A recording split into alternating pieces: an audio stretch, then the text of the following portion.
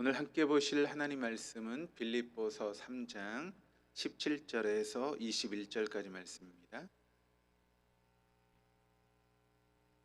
빌립보서 3장 17절에서 21절까지 말씀, 우리 한 절씩 교독하시겠습니다. 형제들아, 너희는 함께 나를 본받으라. 그리고 너희가 우리를 본받은 것처럼 그와 같이 행하는 자들을 눈여겨보라.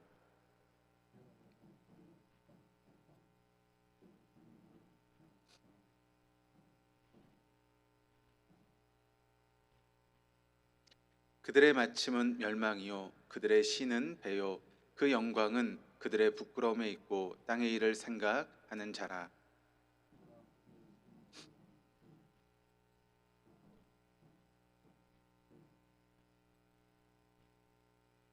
같이 읽겠습니다. 그는 만물을 자기에게 복종하게 하실 수 있는 자의 역사로 우리의 낮은 몸을 자기 영광의 몸의 형체와 같이 변하게 하시리라. 아멘. 사도 바울이 그 선교 여행을 떠나게 됩니다. 1차 선교 여행을 바나바와 함께 갔다 온 후에 2차 선교 여행을 떠나게 되면서 바나바와 그 마가의 문제로 인해서 갈라지게 되죠. 그래서 사도 바울이 따로 2차 선교 여행을 하게 됩니다. 그런데 사실 사도 바울의 2차 선교 여행의 계획 속에는 우리가 보고 있는 이 빌립보를 방문할 계획이 전혀 없었습니다.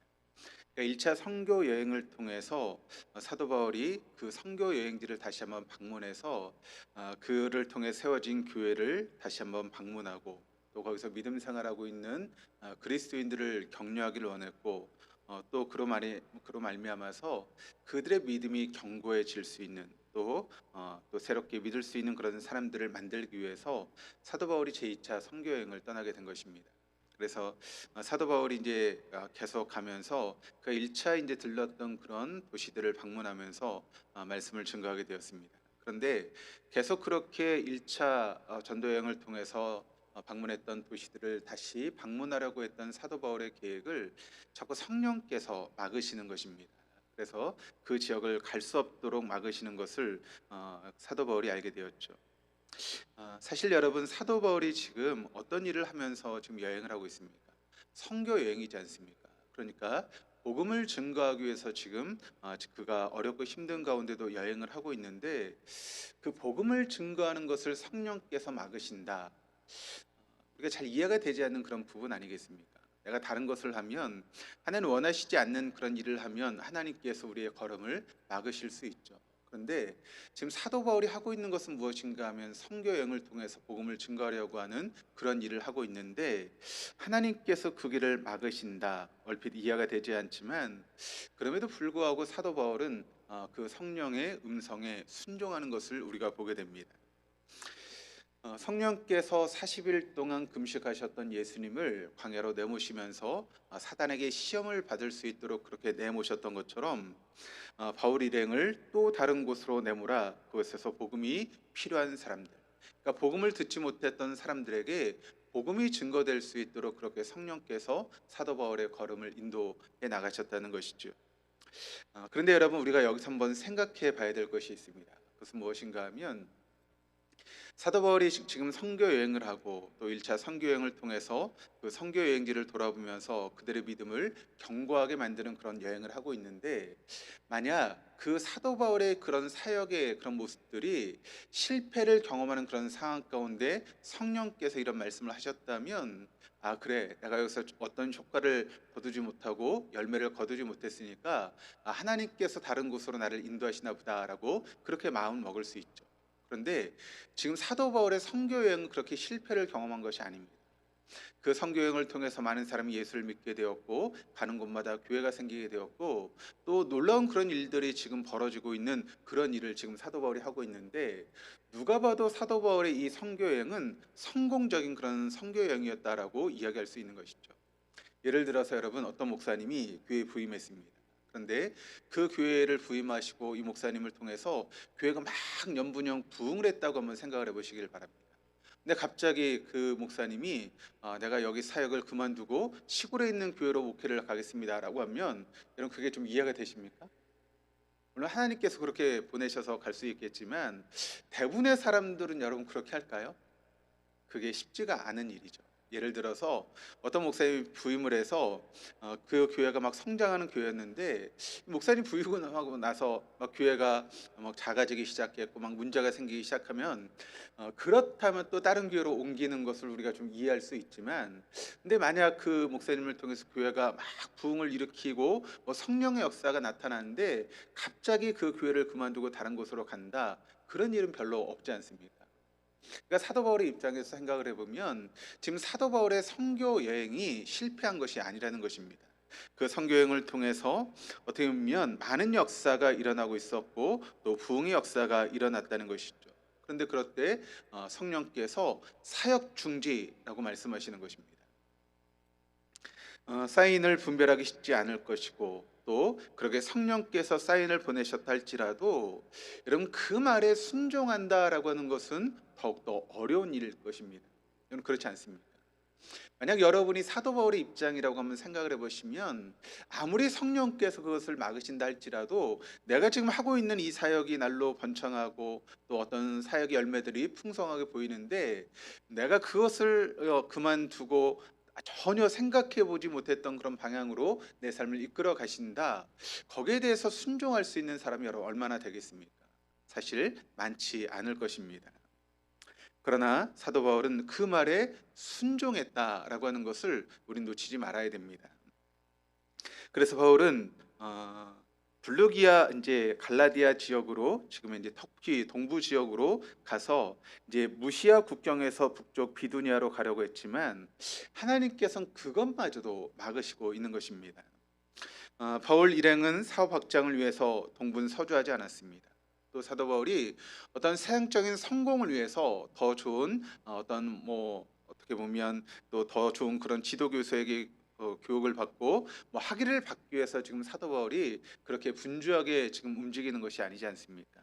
지금 사도 바울은 십자가 대속의 죽음을 죽어주신 예수 그리스도의 그 베푸신 은혜, 그 은혜를 한 사람에게라도 더 복음을 증거함으로 한 사람이라도 더 구원을 얻게 하기 위해서 사도 바울이 지금 동가식 서가식하면서 그렇게 분주하게 지금 삶을 살고 있었다는 것입니다. 그렇기 때문에 사도 바울은 더 성령에 예민하게 순종하고 반응하는 그런 삶을 살았다라고 하는 것을 우리는 놓치지 말아야 됩니다. 여러분 우리에게도 마찬가지입니다. 그것은 우리가 분주하게 삶을 살다 보면 성령의 음성에 민감하게 반응하지 못할 때가 얼마나 많이 있습니까? 그래서 내 생각대로 내 방법대로 행동하는 경우들이 얼마나 많이 있습니까? 제가 주일에 설교를 드렸지만 여러분 우리가 첫 번째, 그러니까 초대교회 성도들이 했던 첫 번째는 무엇인가 하면 회개였다라고 하는 것을 말씀을 드렸죠. 근데 여러분 그 회개라는 것은 무엇이라고 말씀을 드렸죠? 뭐 강도 짓을 하고 뭐 거짓말하고 그걸 회개하는 것이라고 말씀을 드렸습니까? 아니라고 말씀을 드렸죠. 그럼 뭘 회개해야 된다고 말씀을 드렸죠? 내가 주인 되었던 삶, 내 인생에 내가 주인 되었던 그 삶을 회개하는 것, 그것으로부터 회개가 시작한다라고 말씀을 드렸죠. 여러분 우리의 삶 가운데 우리가 주인 되어서 행했던 일들이 얼마나 많이 있습니까? 내 생각, 내 방법, 내가 하고 싶은 대로 전혀 성령에게 물어보지도 않고 기도하지도 않고 내가 결정하며 삶을 살아갈 때가 얼마나 많이 있습니까? 그런데 사도 바울은 그렇지 않았다는 것입니다. 언제나 성령에 민감해서 하나님께서 하신 말씀을 들었고 그 말씀에 전적으로 순종했습니다. 내 생각은 이것이 더 좋은 것 같고 이것이 옳은 방향인 것처럼 보여지지만 성령께서 말씀하시는 것은 도저히 이해가 되지 않고 왜 길을 가라고 하시는지 이해가 되지 않았지만 언제나 성령의 말씀에 순종하는 삶을 살아왔던 것이 바로 사도 바울의 모습이었다라고 하는 것을 우리는 다시 한번 이 사도 바울의 선교 여행을 통해서 발견하게 되는 것이죠. 여러분 그렇다면 우리도 여러분 그러해야 되지 않겠습니까? 우리가 주님의 일을 한다고 하면 언제나 우리가 성령의 음성에 민감하게 반응하고 내가 주인 되는 것이 아니라 성령께서 내 인생의 주인 되셔서 우리가 그 성령의 인도함을 따라가는 그런 모습이 있어야 될 줄 믿습니다. 그래서 언제나 우리의 뜻이, 우리의 방법이 아니라 주님의 뜻과 성령의 인도하심을 따라 살아갈 수 있는 저 여러분 될 수 있기를 주님의 이름으로 축복합니다. 바울 일행이 무시아를 통과해서 드로아에 이르게 되었을 때 바울이 환상 중에 이제 환상을 보게 되죠. 마게도냐 사람들이 나타나서 마게도냐로 건너와서 우리를 도우라라고 하는 그런 음성을 듣게 됩니다.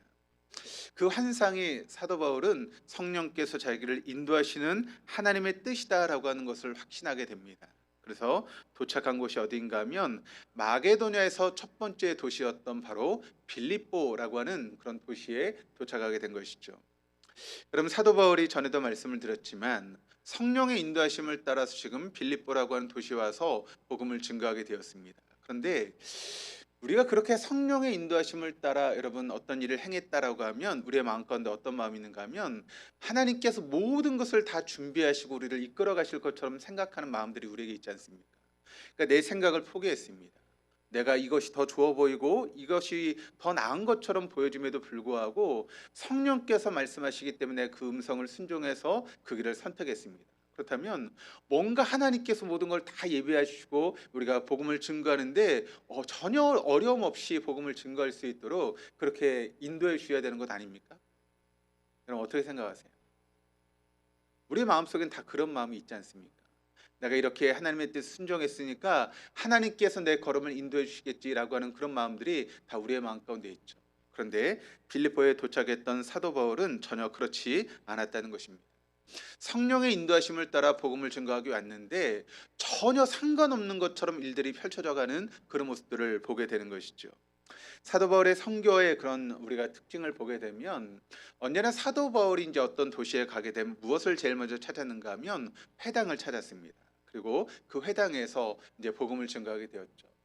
회당에서 이제 유대인들이 이제 복음을 증거하고 율법을 나누고 하게 될 때 그 유대교에 관심 있는 이방 사람들이 그 회당의 이제 끄트머리에 이제 찾아와서 그 이제 유대 사람들이 하는 이야기를 종종 듣곤 했습니다. 그러니까 사도 바울이 회당을 찾아가서 그런 이방인들에게 복음을 증거했다는 것입니다. 그런데 이 빌립보 지역에 와서 회당을 찾았던 여러분 뭐가 없습니까? 회당이 없었습니다. 그러니까 복음을 증거할 수 있는 지금 이제 장소가 없어진 것이죠.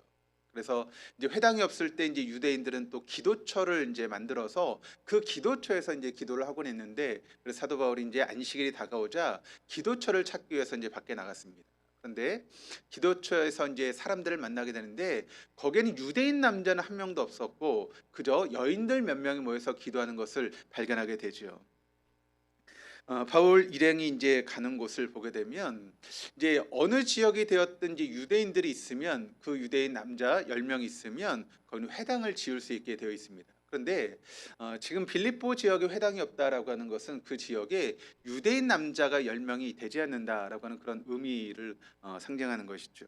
그래서 바울이 기도하는 곳에서 하나님의 말씀을 증거하게 되었는데 그때 여러분 만났던 사람이 누구인가 하면 두아디라 여러분 자주색 옷감 장사였던 루디아라고 하는 그런 여인에게 복음을 증거하면서 그녀와 그녀의 온 집안이 세례를 받게 됩니다. 그리고 사도 바울이 가는데 자꾸 귀신 들린 여자가 자신을 쫓아오면서 막 귀찮게 하는 것을 사도 바울이 보게 되죠. 그래서 그 귀신 들린 여자의 귀신을 쫓아내게 됩니다. 그랬더니 어떤 일이 벌어졌습니까? 그 여인을 통해서 돈을 받던 사람들이 사도 바울을 고발함으로 인해서 귀신을 쫓아낸 대가가 무엇인가 하면 매질을 당하고 감옥에 갇히는 일들이 사도 바울에게 벌어지게 되었다는 것입니다. 그런데 하나님께서 그 밤에 역사하셔서 성문을 다 열어주시고 착고에 차였던 모든 것들이 자유함을 얻게 되었죠. 근데 그것을 누가 깨닫게 되었는가 하면 그 감옥을 지키는 간수가 깨닫게 되었습니다. 성문이 다 열리고 착고가 풀렸다라고 하는 것은 있는 그 죄인들이 다 도망쳤다라고 하는 것을 의미하는 것이기 때문에 그것에 대한 책임을 간수가 물을 수밖에 없게 되었습니다. 그래서 그 일을 알게 되고 자결하려고 하는 그 순간 사도 바울이 여러분 이야기를 하지 않습니까? 그 일을 멈추십시오. 우리가 다 여기에 있습니다. 그로 인해서 그 간수가 사도 바울을 통해서 예수를 믿게 되었고 그 온 가족이 구원을 얻게 되면서 빌립보 교회가 이제 시작이 되게 되는 것입니다. 루디아와 그의 가족, 또 그 빌립보 감옥의 간수와 그의 가족, 그리고 귀신 들렸다가 사도 바울을 통해서 깨끗함을 받은 그 소녀, 그렇게 해서 빌립보 교회가 시작이 되게 되었습니다. 그러니까 여러분, 빌립보 교회가 시작했던 것을 보게 되면 하나님의 놀라운 은혜 가운데 지금 빌립보 교회가 시작된 것 아니겠습니까? 귀신이 쫓겨난 그 여인을 통해서 빌립보 감옥에 갇히게 되고, 또 옥문이 열려지는 그런 상황 가운데 다시 그 간수가 구원을 얻는 그런 놀라운 역사를 통해서 바로 빌립보 교회가 이렇게 하나님의 신비스러운 은혜 가운데 빌립보 교회가 시작될 수 있게 되었다는 것입니다. 그런데 시간이 점점 흘러가면서 이제 한 십수년의 시간이 흘러가게 되었습니다. 그랬더니 이 빌립보 교회 안에 복음을 거스리는 그런 사람들이 나타나게 되었다라고 하는 것입니다. 그래서 17절 말씀이 이렇게 시작을 하고 있죠. 우리 17절 말씀을 같이 한번 읽어보도록 하시겠습니다. 형제들아, 너희는 함께 나를 본받으라. 그리고 너희가 우리를 본받은 것처럼 그와 같이 행하는 자들을 눈여겨보라.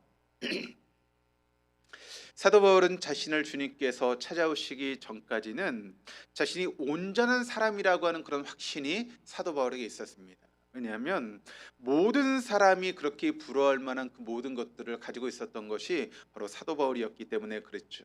그래서 그 외적인 그런 상태를 보면 그가 외적인 여러 가지 조건들이 나는 어떤 의미에서 확실한 온전한 사람이다라고 하는 그런 자부심이 있기에 충분한 그런 외적인 조건을 사도 바울이 가지고 있었습니다. 그런데 그때 사도 바울이 본을 삼았던 것은 무엇인가 하면 바로 율법이었습니다. 율법이 사도 바울의 온 본이 되었던 것이죠. 그런데 그리스도 예수를 자신이 만나고 나니까 그가 본으로 삼았던 모든 율법들, 그 율법들이 마치 배설물과 같다라고 하는 것을 사도 바울이 알게 되었다는 것입니다. 그토록 간절하게 붙들었던 율법이 오히려 그리스도를 만나는 일에 있어서 방해물이 되었고, 그가 그렇게 고상하게 생각하며 여겼던 그런 모든 것들이 주님하고 비교해 봤더니 저급하기 그지없는 그와 같은 것들이었다라고 하는 것을 사도 바울이 깨닫게 되었다는 것입니다. 그리스도를 만나기 전에 사도 바울의 인생은 어떠한 인생이었습니까? 계속 말씀을 드렸던 것처럼 뭔가를 붙잡았고 또 붙잡기 위해서 달려가는 인생이 사도 바울의 인생이었는데, 그런데 예수 그리스도를 만나고 나니까 사도 바울은 그 위에 어떤 삶을 살게 되는가 하면 그리스도께 잡힌 바는 그것을 잡으려고 달려가는 인생, 그것이 바로 사도 바울의 인생이 되었다라고 하는 것을 우리는 알 수 있게 됩니다. 이와 같은 바울의 인생은 모든 그리스도인들에게 좋은 사례가 되고 있습니다. 모든 그리스도인들은 자기가 정하고 자기가 붙들려고 하는 것을 잡기 위해서 달려가는 인생이 아니라 그리스도께 잡힌 바 된 것을 붙들기 위해서 달려가는 인생이 그리스도인의 인생이다라고 하는 것을 여러분 잊지 말아야 됩니다. 그럼 지금까지 우리가 어떤 인생을 살았습니까? 내가 생각하는 그 뭔가를 붙들고 그것을 잡기 위해서 분주하게 인생을 살아왔던 것이 여러분 우리의 모습 아닙니까? 그리고 그것을 붙잡으려고 하다 보니 때로는 주님께서 말씀하시는 것도 우리가 고상하게 생각하지 못하고 그냥 버리는 경우도 있지 않았습니까?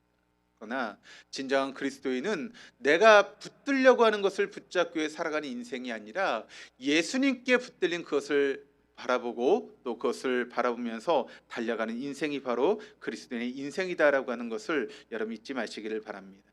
만약 자신이 정한 것을 붙잡기 위해서 달려가면서 그저 하나님의 힘만을 우리가 빌려서 사용하려고 하는 그런 생각들이 우리에게 있다면 그것은 우리가 하나님을 믿는 것이 아니라 하나님과 거래하려고 하는 자들입니다.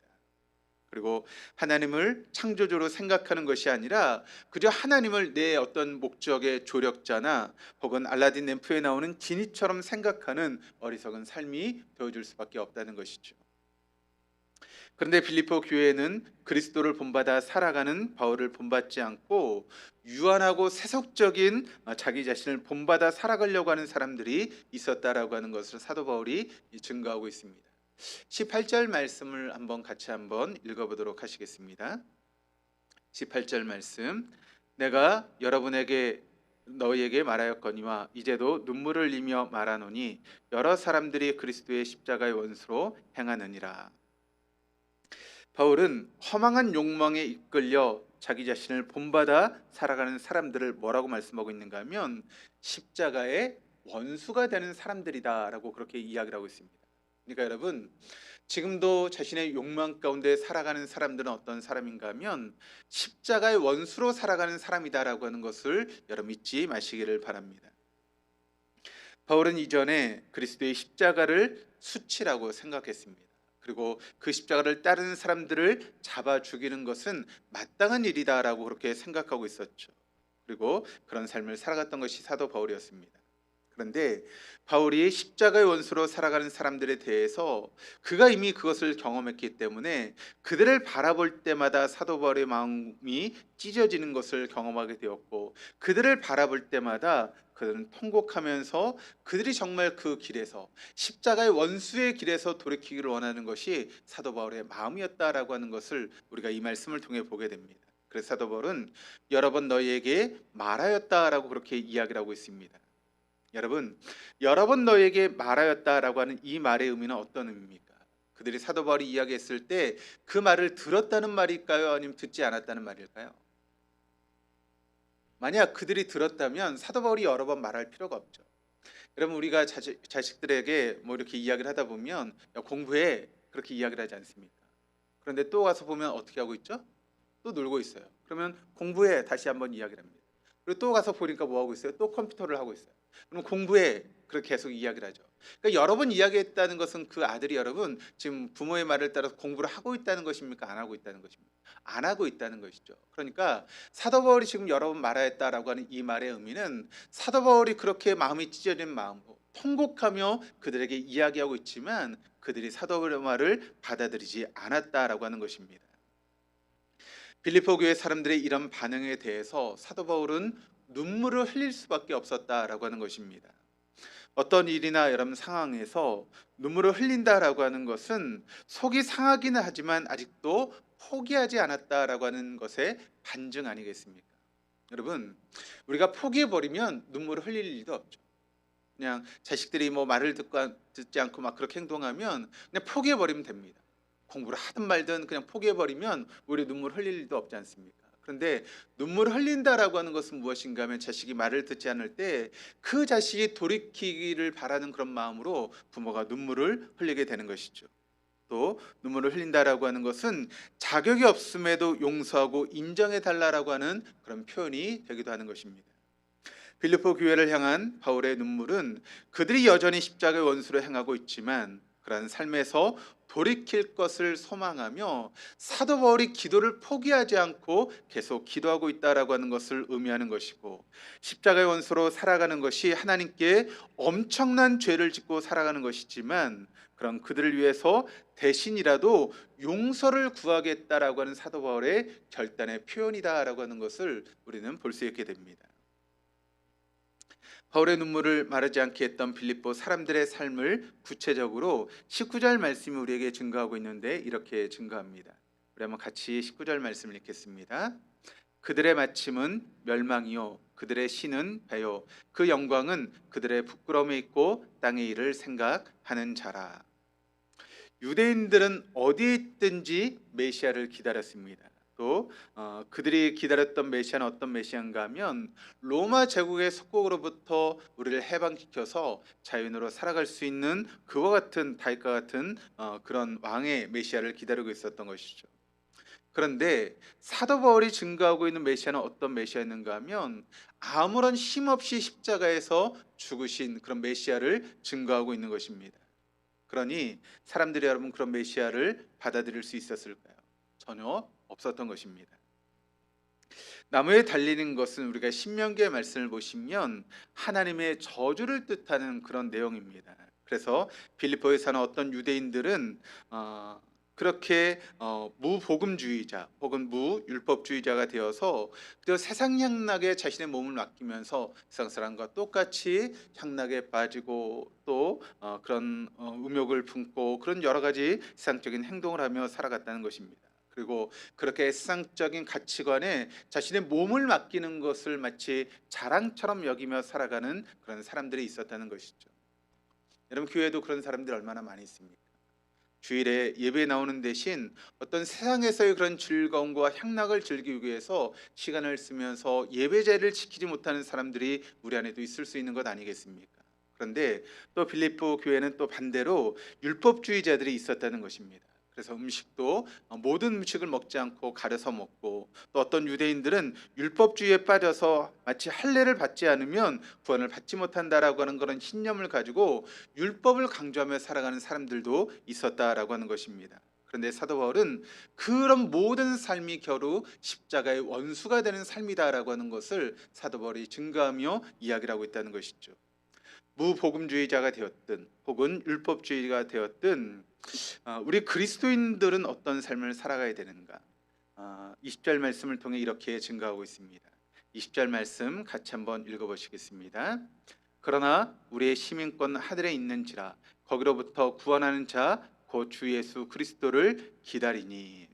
사도 바울이 우리의 시민권이 어디에 있다라고 이야기를 하고 있습니까?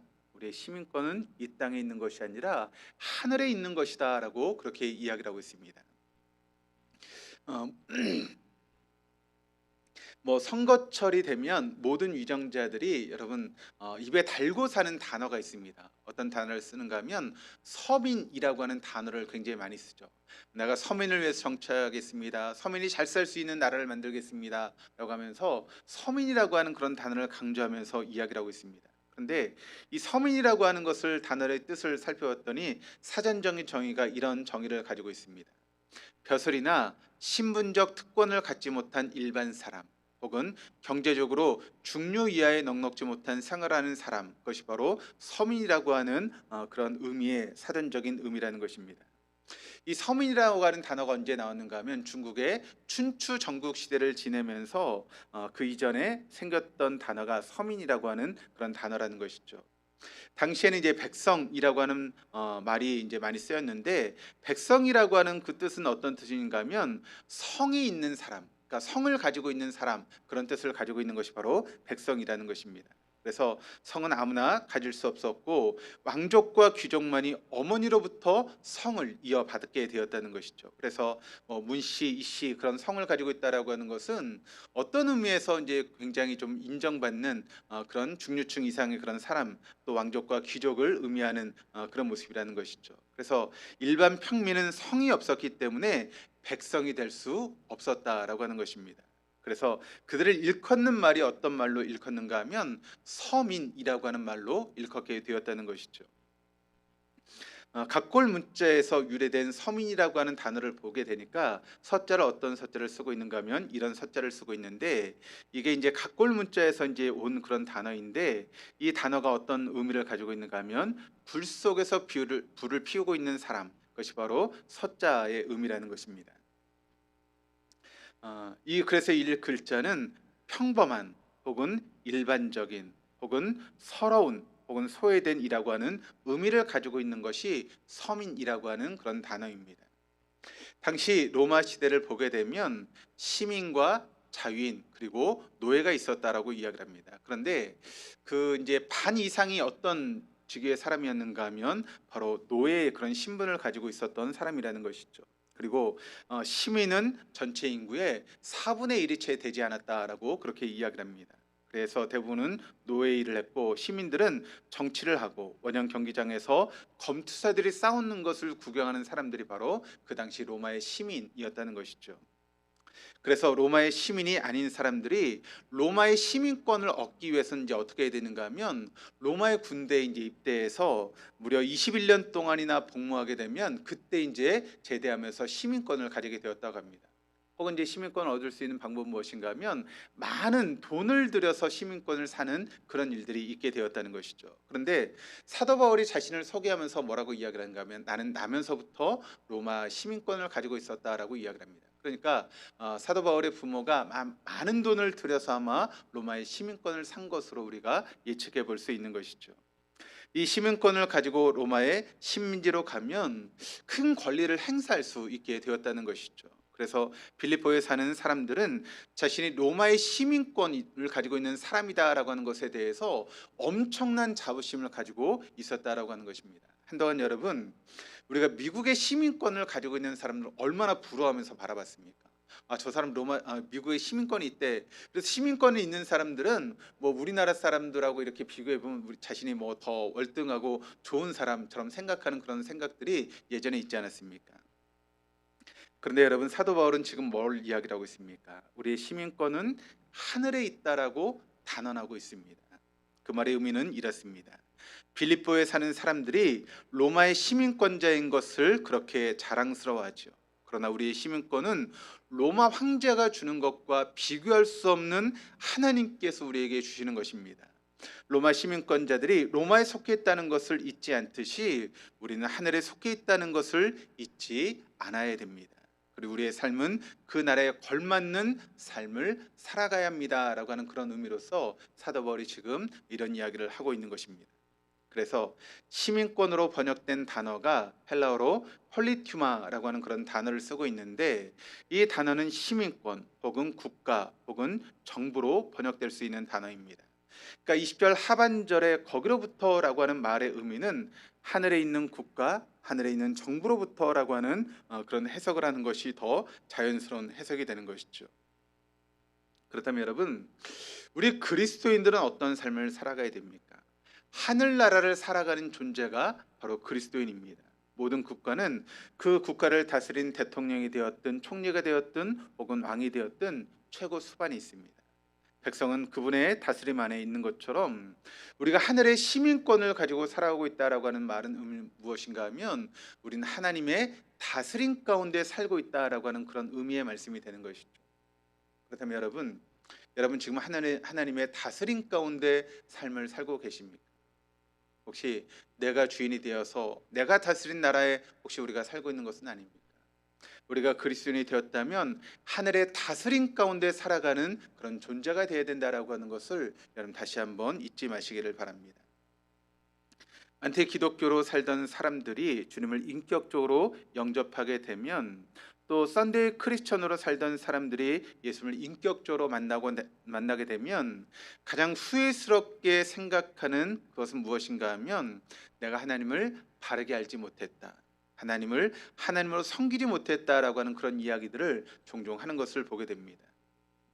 하나님을 알지 못하는 것이 과거에는 턱끝만큼도 죄라고 생각하지 않았는데, 그런데 하나님을 인격적으로 만나고 나니까 그 모든 것이 가장 큰 죄라고 하는 것을 깨닫게 되었다는 것이죠.